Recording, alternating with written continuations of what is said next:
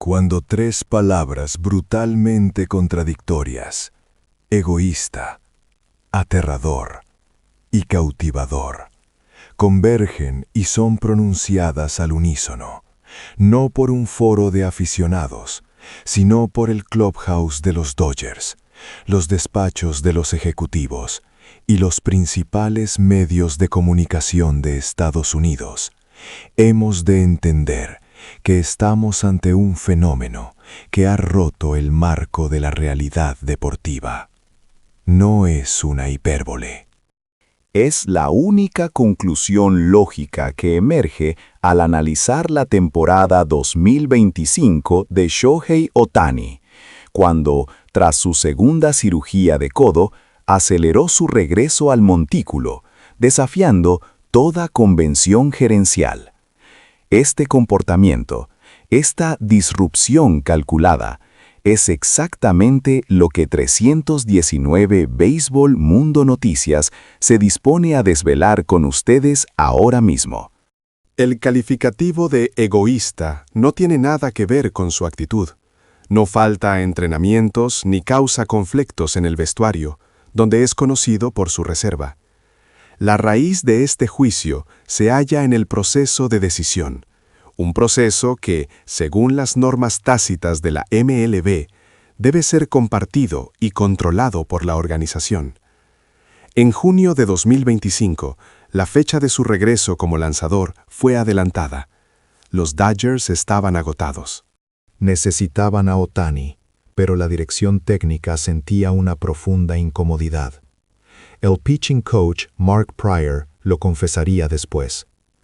Él nos pedía todos los datos, todas nuestras preocupaciones, hasta el más mínimo detalle. Pero ni una sola vez nos dijo, ustedes decidan. Ahí está la encrucijada. En las grandes ligas, la gestión de un brazo postoperatorio está diseñada para ser corporativa. El número de lanzamientos, los días de descanso, el cronograma de rehabilitación. Nada se deja al arbitrio del individuo. Ohtani se desvió un solo paso de esa línea. Escuchó, analizó los riesgos, entendía la cautela de la gerencia, pero jamás cedió la autoridad final. Max Muncy, el antesalista de los Dodgers, articuló esa extraña frustración. Shohei no es de los que ignora, es todo lo contrario.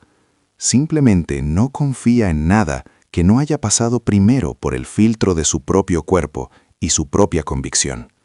Escucha, piensa, verifica y se responsabiliza él mismo. En un deporte de equipo, este proceso es indomable, porque el éxito y el fracaso se atribuyen al individuo, no al sistema de seguridad de la franquicia. El entrenador Dave Roberts, al hablar de la decisión de su regreso, lo resumió con resignación. Honestamente, teníamos razones para detenerlo. Pero no teníamos una razón que fuera lo suficientemente fuerte como para poder detenerlo. No era permiso.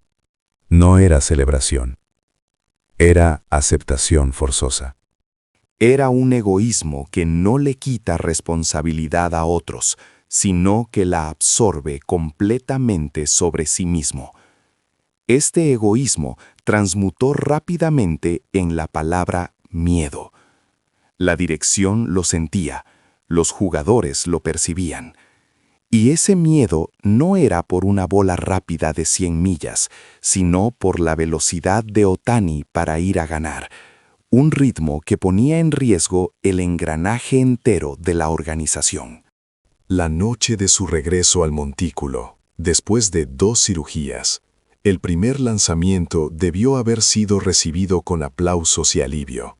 Pero en el dugout de los Dodgers, una fracción de silencio precedió a la ovación. El motivo: 100 millas por hora. No se estaba calibrando, no estaba probando, estaba atacando. El lenguaje no escrito de los regresos tras lesión obliga a la contención, limitar la velocidad, reducir el repertorio y, sobre todo, no ir a ganar. Ohtani tiró esa gramática a la basura. Un ejecutivo del equipo, hablando off the record, Solo pudo musitar. Fue demasiado pronto, demasiado rápido. El manager Roberts lo confirmó ante la prensa. Teníamos la intención de seguir un protocolo gradual. Pensé que él lo entendía. En ese pensé reside toda la historia. Otani no es que no entendiera, es que no llegó a la misma conclusión. La verdadera fuente del terror no era la velocidad física, sino la diferencia de velocidad entre el pedal del acelerador y el freno. Andrew Friedman, el gerente general, lo explicó en The Athletic. Nosotros teníamos listos los límites, los conteos de lanzamientos, el espaciado entre salidas. Él pisó el acelerador desde el primer momento. Esta disparidad es peligrosa. ¿Quién tiene la razón? ¿El que tiene la responsabilidad de detener el riesgo o el que tiene el valor de asumir las consecuencias? Cuando esas dos fuerzas colisionan, la organización pierde su centro de gravedad. Muncy, al sentir esa primera bola de 100 millas por hora, admitió: me alegré, por supuesto, pero al mismo tiempo pensé, sí, tal vez está forzando demasiado. El terror era que Otani era consciente de la línea y la había cruzado deliberadamente. Él había decidido ir a ganar sin otro camino posible. Y ese nivel de convicción, esa calidad de determinación que supera los límites de seguridad de $700 millones, es lo que resultaba francamente aterrador para la gerencia. Y llegamos al epicentro del conflicto ético, el clímax de esta historia. El béisbol no es un trabajo. Esta frase, pronunciada con su habitual serenidad, resonó en Japón como una declaración de pureza. Pero en Estados Unidos, al ser traducida y difundida por ESPN y la MLB Network, generó una tensión palpable. La reacción fue de desconcierto antes que de admiración. El argumento subyacente de la crítica, que muchos comentaristas en redes sociales y televisión sostenían, era: si Otani dice que no es un trabajo, ¿está acaso eludiendo las responsabilidades del contrato y la disciplina profesional? Aquí es donde debemos aplicar nuestro análisis y refutar categóricamente ese error de interpretación. El problema no era que la frase sonara irresponsable, sino todo lo contrario. Sonaba peligrosa porque la magnitud de la responsabilidad que Otani había asumido era anormal. El analista de ESPN, Jeff Passan, lo comentó en un programa. El problema no es que se divierta. El problema es que muy pocos jugadores tienen el derecho, la autoridad moral para pronunciar esas palabras. Otani es la excepción. El béisbol funciona como un negocio, con deberes, métricas y ganancias. La frase de Otani no buscaba aligerar esa obligación, buscaba redefinir la motivación. USA Today lo capturó magistralmente. Él no usa diversión para suavizar su deber, sino que se aferra a la diversión para poder asumir su deber hasta las últimas consecuencias. Ceci Sabathia, ex lanzador y comentarista, declaró en su podcast: solo el tipo que trabaja más que nadie puede decir que esto no es un trabajo. Otani había adelantado su vuelta, había lanzado a 100 millas por hora en su primera salida y había asumido el riesgo de la bicentralidad en una franquicia de élite. Con todo ese peso sobre sus hombros, aún podía afirmar que no era un trabajo. Este contraste, la alegría implacable con la que opera bajo una presión insoportable, es lo que chocó con la cultura deportiva estadounidense, que históricamente equilibra el profesionalismo con la autoprotección. Esta disrupción en la percepción tuvo un efecto inesperado, casi un giro argumental, al colapsar el viejo mito de que Otani no era tan popular en Estados Unidos. Durante años se argumentó que carecía del carisma del contacto y el mercadeo. Pero en diciembre de 2025, Time Magazine publicó su Persona del Año. En la portada, junto a líderes mundiales y figuras culturales, estaba Shohei Ohtani. Y aquí viene el matiz crucial. No estaba ahí como atleta del año, estaba como una figura que simbolizaba el 2025. El editor jefe de Time dijo, no elegimos al representante del deporte, elegimos a una presencia que es inevitable al narrar el año.